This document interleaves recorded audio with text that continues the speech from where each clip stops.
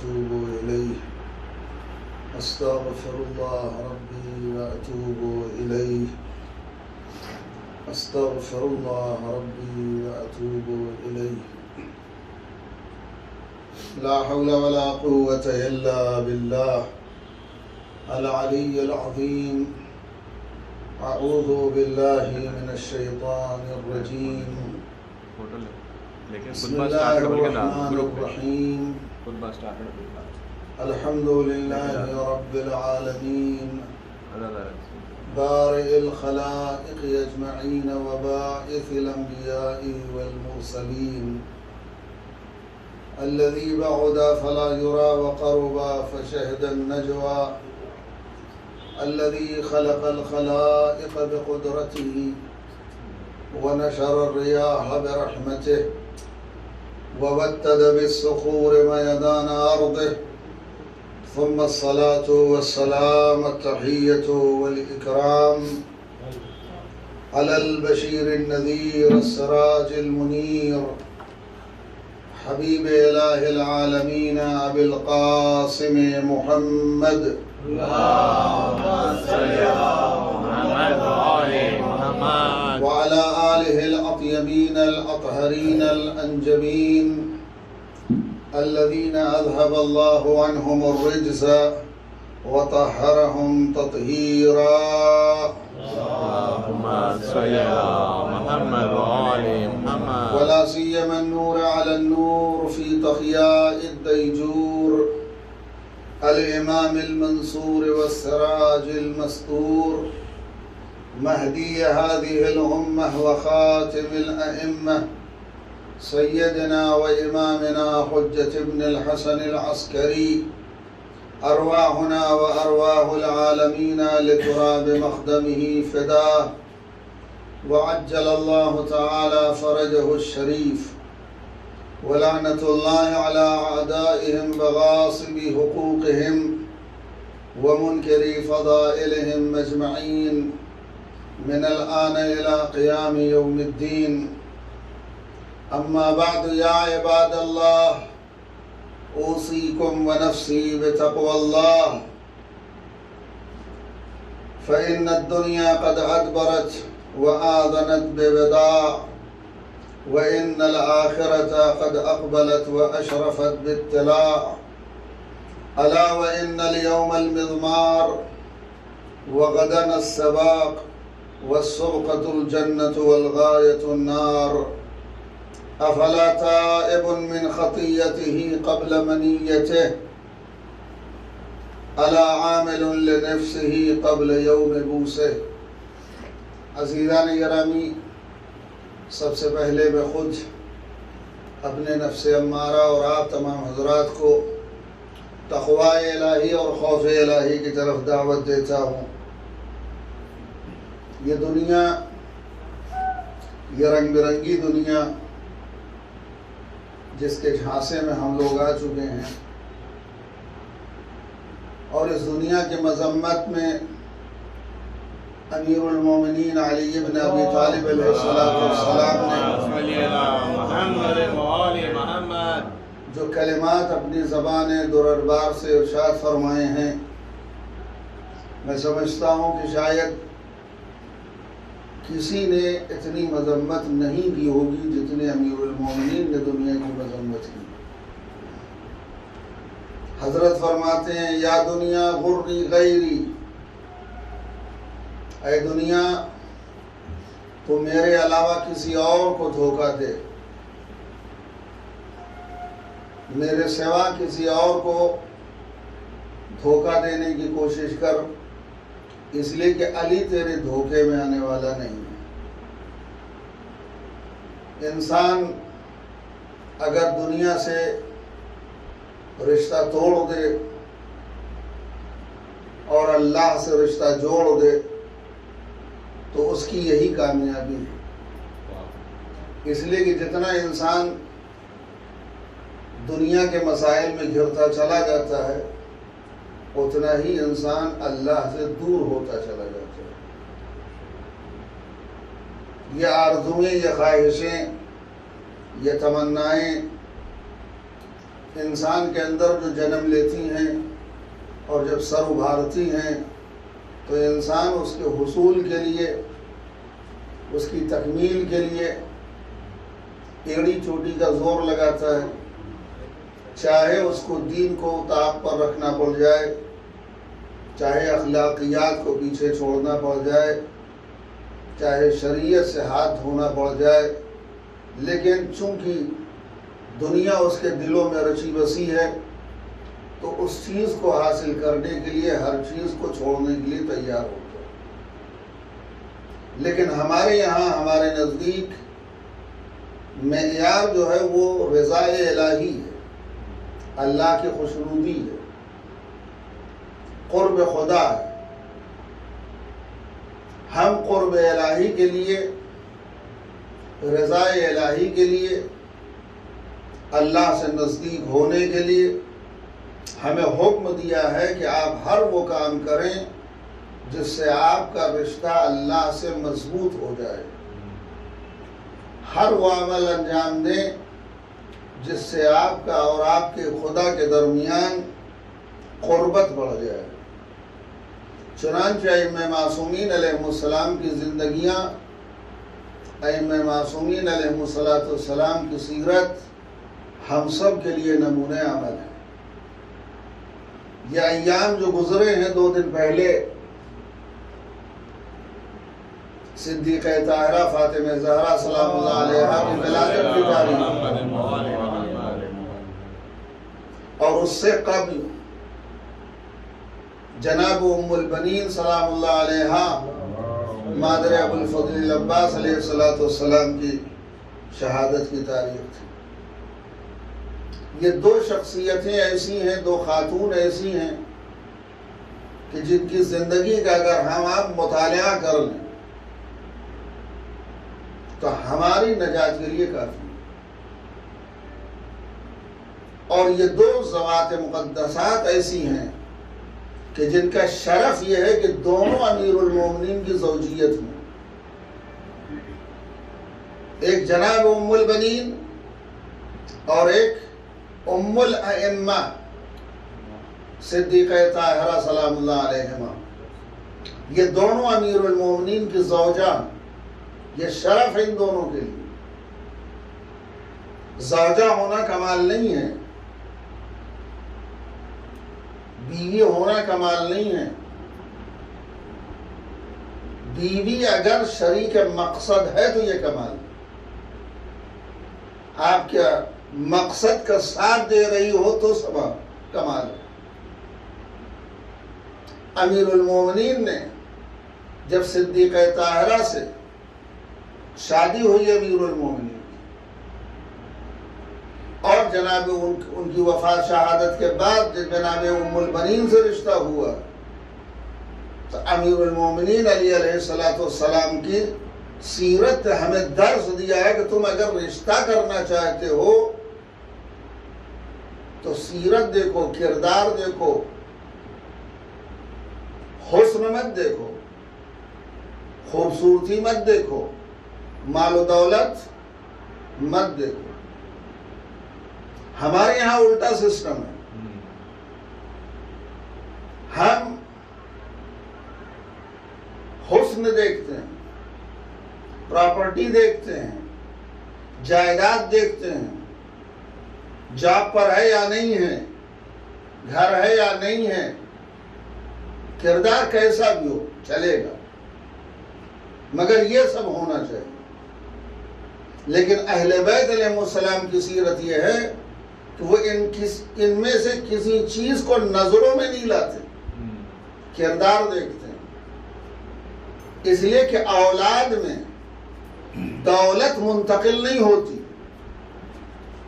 کردار منتقل ہوتا ہے، اخلاق منتقل ہوتا ہے۔ اسی لیے سرکار دو عالم محمد مصطفیٰ صلی اللہ علیہ وآلہ وسلم نے ارشاد فرمایا ایاکم وخضراء الدمن، خبردار گھور پر، مزبلے پر اگی ہوئی سبزیوں سے پرہیز کرو۔ گھور جانتے ہیں؟ جہاں گندگیاں پھینکی جاتی ہیں، کچرا پھینکا جاتا ہے، وہاں جو سبزی اگ جاتی ہے تو دیکھنے میں بہت ہری بھری ہے، دلکش ہے، اس سے زیادہ ہریالی مارکیٹ میں جو منڈی میں ہے اس میں سبزی میں نہیں ہے، اتنی ہری بھری ہے۔ لیکن پیغمبر نے فرمایا وہ سبزی جو مزبلے اور گھوڑ اور کچرے کی جگہ پر اگی ہے اس سے بچو۔ کیا مقصد ہے؟ پیغمبر کیوں فرما رہے ہیں؟ قیل یا رسول اللہ وما خضراء الدمن، وہ گھور پر اگی ہوئی سبزی سے مراد کیا ہے آپ کی؟ فرمایا المرأة الحسناء المنبت فی السوء، وہ عورت، وہ لڑکی جو برے ماحول میں پروان چڑھی ہو، اس سے یہ مراد ہے۔ پیغمبر نے فرمایا گھور پر اگی ہوئی سبزی سے بچو اور پرہیز کرو۔ اس سے مراد کیا ہے؟ یعنی وہ لڑکی جو برے ماحول میں پروان چڑھی ہے اس سے بچو۔ دیکھنے میں بڑی حسین، دیکھنے میں بہت خوبصورت، دیکھنے میں بالکل ماہ پیکر، دیکھنے میں بالکل چاند کا ٹکڑا، لیکن پروان کہاں چڑھی ہے؟ برے ماحول میں، گھور میں۔ پیغمبر نے فرمایا ایسے لڑکیوں سے پرہیز کرو، وہاں رشتہ مت دو۔ لیکن اگر آپ ائمہ معصومین کی زندگیاں اٹھائیں، ہم لوگ رشتہ کرتے ہیں لڑکوں کا، کیا ڈھونڈتے ہیں؟ معیار کیا ہوتا؟ کتنی دولت ہے، جائیداد ہے کہ نہیں، پراپرٹی ہے کہ نہیں، گاڑی ہے کہ نہیں، بنگلہ ہے کہ نہیں، بینک بیلنس ہے کہ نہیں، یہی تو ڈھونڈتے ہیں۔ لیکن امیر المومنین نے جناب زہرا کے بعد جناب عقیل سے یہ نہیں فرمایا جا کے عرب میں دیکھو کون سا گھرانہ دولت مند ہے، وہاں سے ہم رشتہ کریں۔ علی نے فرمایا بہادر گھرانہ ڈھونڈو، شجاع گھرانہ ڈھونڈو، شریف گھرانہ ڈھونڈو۔ اس لیے کہ ہم اولاد کی تربیت پروان چڑھا سکتے، نوکرانی رکھ دیں، ماں کو فرصت نہیں، ماں بھی جاب کرتی ہے ماشاءاللہ، میاں بھی جاب پہ جاتے ہیں، دونوں صبح نکل جاتے ہیں، بچے نوکرانیاں پال رہے ہیں، کام والی بائی پال رہی ہے۔ کام والی بائی جب پالے گی تو اس کا کردار بچوں میں آئے گا، اس کا اخلاق بچوں میں، اس کا مزاج بچوں میں آئے گا۔ بچوں کو اگر پروان چڑھانا ہے تو ماؤں کو چاہیے کہ وہ دھیان دیں، وہ پروان۔ یہی وجہ ہے کہ جناب زہرا سے جب علی کا رشتہ ہوا تو ایسی اولاد اس دنیا میں ملی جو حسن اور حسین جیسے بیٹے جو عرش کے گوشوارے بنے، اور جناب زینب و جناب ام کلثوم جیسی دختر، یہ دنیا میں جناب زہرا کی اولاد۔ اور جناب ام البنین سے جب رشتہ ہوا تو عباس جیسا بیٹا کائنات میں ملا۔ اور وجہ یہ ہے کہ جناب عباس اور امام حسین دونوں بھائی ایک باپ کی اولاد، ایک باپ کی اولاد، لیکن کبھی بھی جناب ابو الفضل عباس نے اپنے آپ کو امام حسین کے برابر نہیں سمجھا کہ میں برابر ہوں دونوں، ایک باپ، دونوں اسی کی اولاد، مائیں الگ، لیکن کبھی بھی عباس نے اپنے آپ کو حسین کے برابر نہیں سمجھا، ہمیشہ حسین کو آقا فرمایا اور خود کو غلام کہا۔ یہ دنیا میں مثالیں کہاں ملیں گی؟ کہیں ہے؟ ایک باپ کی دو اولادیں ہوں اور مائیں الگ ہوں اور ایک بھائی اپنے آپ کو غلام اپنے بھائی کا کہے، ملے گا ایسا نہیں مثال؟ یہ جناب عباس کے ذہن میں کہاں سے آیا؟ یہ کس نے سکھایا؟ یہ ماں کی شیر اور ماں کی تربیت اور گود کا اثر ہے۔ اس لیے کہ جس دن جناب ام البنین اس گھر میں قدم رکھا ہے، انہوں نے آتے ہی چوکھٹ پر دہلیز پر بوسہ دینے کے بعد یہ فرمایا، بچوں میں تمہاری ماں بن کے نہیں آئی ہوں، تمہاری نوکرانی بن کے نہیں، خادمہ بن کے آئی ہوں۔ روز اول جب جناب ام البنین نے یہ واضح کر دیا کہ میں ماں بن کے نہیں آئی ہوں بلکہ نوکرانی اور کنیز بن کے آئی ہوں، تو اسی اعتبار سے بچوں کی بھی تربیت کی ہے کہ بچوں کے ذہن میں یہ بات نہ آنے پائے کہ ہم چھوٹے بھائی ہیں مگر ہیں تو بھائی، لیکن ہمیشہ حسین کو آقا کہا اور خود کو غلام فرمایا۔ یہ تربیت کہاں سے ملی؟ ماں سے ملی یا نہیں؟ ماں سے منتقل ہوئی یا نہیں؟ اہل بیت علیہ السلام کی محبت کر لینا یہ ہمارے لیے کافی نہیں ہے۔ ہم یہ نہیں کہہ رہے کہ یہ محبت کرنا اس کا اجر نہیں ہے، اجر، لیکن خالی یہ محبت کام نہیں ہے۔ ان کی سیرت کو اپنانا، ان کے نقش قدم پر چلنا، ان کی روش پر چلنا، ان کے رنگ میں خود کو رنگنا، یہ شیعہ ہونے کی جو پہچان۔ ہم کیا ہیں؟ ہم نے کتنا اہل بیت کو، ان کی زندگی کو، ان کی سیرت کو اپنی زندگی میں بسانے کی کوشش کی؟ اہل بیت علیہ السلام نے کیا تعلیم دی؟ اہل بیت علیہ السلام نے ہمیں کیا سکھایا؟ ائمہ معصومین علیہ السلام نے ہمیں کس چیز کا درس دیا؟ اہل بیت علیہ السلام نے مساوات کا درس دیا، پیار کا درس دیا، محبت کا درس دیا، اخوت کا درس دیا۔ اہل بیت تو وہ ہیں جو نوکروں کے ساتھ بھی برا سلوک نہیں کرتے تھے، غلاموں کے ساتھ بھی برا سلوک اور برتاؤ نہیں فرماتے تھے، گھر میں کام کرنے والے افراد جو ہوتے تھے ان کو بھی وہی درجہ دیتے تھے جو گھر کے افراد کا ہوتا تھا۔ اگر نوکر کو اپنے ساتھ دسترخوان پہ بٹھا کر کے کھانا کھلانا، جو ہم کھائیں گے وہی نوکر کھائے، یہ کہیں نہیں ملے گا سوائے اہل بیت کی طرح، کہیں نہیں ملے گا آپ کو۔ بلکہ دنیا میں ہم نے یہی دیکھا، نوکر وہ کھائے گا اگر بچ گیا تو، جھوٹا کوٹا مل جائے بچ گیا تو کھائے گا نوکر، لیکن نوکر کو اپنے ساتھ پہلو میں بٹھا کر کے وہی غذا کھلانا، یا صرف اہل بیت کا کام؟ اس سے کیا سبق مل رہا؟ کہ اہل بیت ہم سے کیا مطالبہ کر رہا؟ اہل بیت علیہ السلام ہم سے یہی مطالبہ کر رہے ہیں، جب ہم نوکر کے ساتھ برا برتاؤ کرنے کے لیے تیار نہیں ہیں تو تم اپنے سگے بھائی کے ساتھ کیسے برا برتاؤ کرو؟ تم اپنے پڑوسی کے ساتھ کیسے برا برتاؤ کرو؟ تم اپنے برادر ایمانی کے ساتھ کیسے برا برتاؤ کرو؟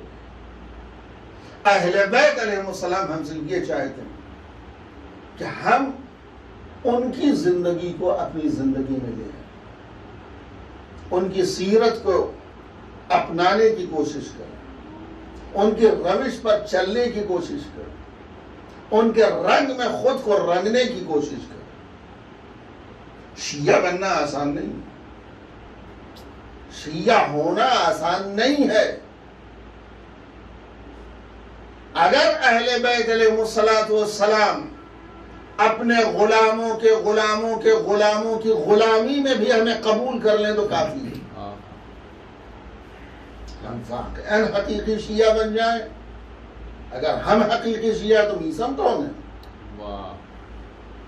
اگر ہم سچے شیعہ ہیں تو عمار کون ہے؟ اگر ہم واقعی شیعہ ہیں تو سلمان کون ہے؟ یہ ہیں شیعہ اہل بیت کے،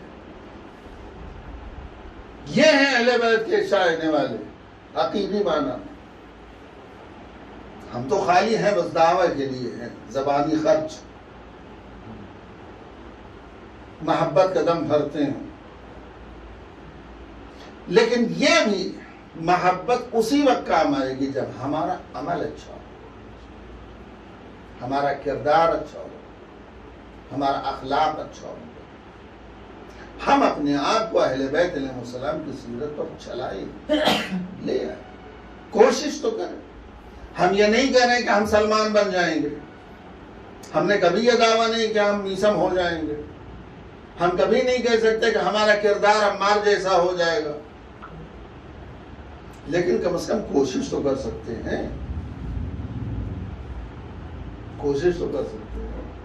ہم نے کتنے غریبوں کی مدد کی، ہم کتنے بیواؤں کو مدد کی، ہم نے کتنے ضرورت مندوں کو مدد کے لیے ہاتھ بڑھائے۔ ہم تو سمجھتے ہیں، جانتے ہیں، دیکھتے ہیں، معلوم ہے، اس کے باوجود بھی نظر جھکا کر کے نکل جاتے ہیں۔ اپنے سے کیا لینا، کائے کو پھڈے میں پڑھنا، کیا ضرورت ہے بھائی اس کے بیچ میں پڑھنے کی؟ نہیں، آپ کی ضرورت ہے۔ اہل بیت نے یہ درس دیا، قرآن کہہ رہا ہے تعاونوا علی البر والتقوی ولا تعاونوا علی الاثم والعدوان۔ اے صاحبان ایمان، اے مومنوں، اے اہل بیت والو، تم ایک دوسرے کی مدد کرو اچھے کام میں، ہاتھ بٹاؤ، تقوی کے کام میں ہاتھ بٹاؤ۔ ہاں، ولا تعاونوا علی الاثم والعدوان، ہاں گناہ کے لیے سپورٹ نہ کرو، ظلم و زیادتی کے وقت تم اس کی مدد نہ کرو، مخالفت کرو۔ اور یہی درس آخر وقت وصیت میں امیر المومنین علی ابن ابی طالب علیہ السلام نے اپنے دونوں فرزندوں سے خطاب کر کے فرمایا، کونا للظالم خصما وللمظلوم عونا۔ اے میرے لال حسن و حسین، ہمیشہ ہمیشہ ظالم کے دشمن رہنا اور مظلوم کے حمایتی رہنا، ظالم کے لیے شمشیر برہنہ رہو اور مظلوم کے نصرت کے لیے ہمیشہ تیار رہو۔ ظلم ہو رہا ہے، آواز اٹھاؤ، زیادتی ہو رہی ہے، آواز بلند کرو، لیکن مظلوم کا ساتھ دو۔ علی یہ درس دے رہے ہیں، قرآن یہ درس دے رہا ہے، اہل بیت یہ تعلیم دے رہے ہیں، اور ہم اپنے آپ کو شیعہ کہنے والے علی اور اولاد علی اور قرآن کی تعلیمات سے کوسوں دور ہوتے جا رہے ہیں۔ ظلم ہو رہا ہے تو دیکھ رہے ہیں، ستم ہو رہا ہے تو دیکھ رہے ہیں، زیادتی ہو رہی ہے تو دیکھ رہے ہیں، مظلوم پٹ رہا ہے تو دیکھ رہے ہیں، حق مانا جا رہا ہے تو دیکھ رہے ہیں۔ بولنے کی جرأت نہیں، ہمت نہیں ہے کہ بولیں، کم از کم آواز تو اٹھاؤ۔ اب نہیں کر سکتے، نہیں بچا سکتے، کم از کم آپ آواز تو اٹھائیں، آواز تو بلند کر۔ اہل بیت علیہ السلام کا آواز بلند کرو، اعتراض کرو، ہمیشہ ظالم کے مخالف رہو، مظلوم کے حمایتی رہو۔ اہل بیت علیہ السلام نے یہ درس دیا ہے، ائمہ معصومین علیہ السلام کی یہ تعلیمات ہیں۔ خداوند عالم ہمیں واقعی شیعہ بننے کی توفیق عطا فرمائے۔ پروردگار ہم سب کو اہل بیت علیہ السلام کا حقیقی شیعہ بنا دے۔ پروردگار ہمارے دلوں میں عشق اہل بیت پیدا فرما۔ پروردگار تجھے واسطہ ہے محمد اور آل محمد علیہ السلام کا، ہمیں اہل بیت علیہ السلام کی تعلیمات سیکھنے اور اس پر عمل کرنے کی توفیق عنایت فرما۔ پروردگار تجھے واسطہ ہے محمد اور آل محمد علیہ السلام کا، ہماری عبادتوں کو قبول فرما۔ پروردگار تجھے واسطہ ہے محمد و آل محمد علیہ السلام کا، ہمارے تمام اعمال جو ہم انجام دے رہے ہیں پروردگار انہیں اپنی فضل و کرم کے ساتھ قبول فرما۔ پروردگار تجھے واسطہ ہے محمد و آل محمد کا، ہمارے امام کے ظہور میں تعجیل فرما، ہم سب کو آقا کے مخلص غلاموں میں شمار فرما۔ اعوذ باللہ من الشیطان الرجیم، بسم اللہ الرحمن الرحیم، والعصر ان الانسان لفی خسر الا الذین آمنوا وعملوا الصالحات وتواصوا بالحق وتواصوا بالصبر، صدق اللہ العلی العظیم۔